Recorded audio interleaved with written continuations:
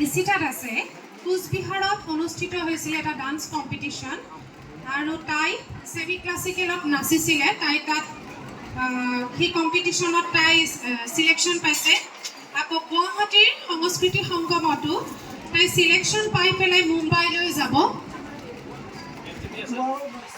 অক্টোবৰ 19 তাৰিখেৰে তাই মুম্বাইলৈ যাবলৈ সুবিধা পাইছে তাৰ লগতে আসাম টক্সৰ এটা ৰিয়েলিটি শ্ব' হয় আমি জানো সকলোৱে আসাম টেলেণ্ট হাণ্ট সেই তাইও তাতে ছেমি ডান্সত তাই চিলেকশ্যন পাইছে